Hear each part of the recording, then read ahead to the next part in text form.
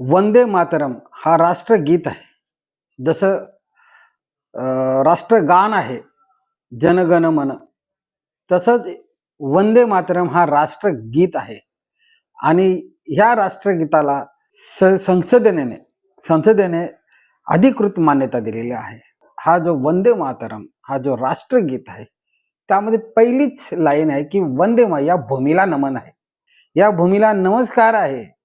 त्याचसोबत या भूमीमध्ये जे काय भारताची संस्कृती, जी विविधता, ज्या काय परंपरा आहेत, जो काही इतिहास आहे, अनेक धर्म, अनेक जाती, अनेक भाषा, अनेक प्रांत या भूमीवर या ठिकाणी रहिवास करत आहेत. या सर्व परंपरेला वंदन आहे. मातृभूमीवर राहणाऱ्या सर्वांना वंदन आहे आणि सर्वांना नमस्कार आहे. म्हणून वंदे मातरम.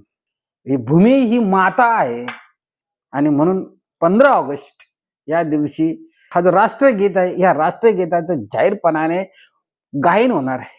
नैवेद्य तमाम नागरिकांनी, देशवासियांनी ह्या राष्ट्रगीतमध्ये, या राष्ट्रगीतने सर्वांनी सहभागी व्हावं अशी सर्वांना आव्हान करतोय.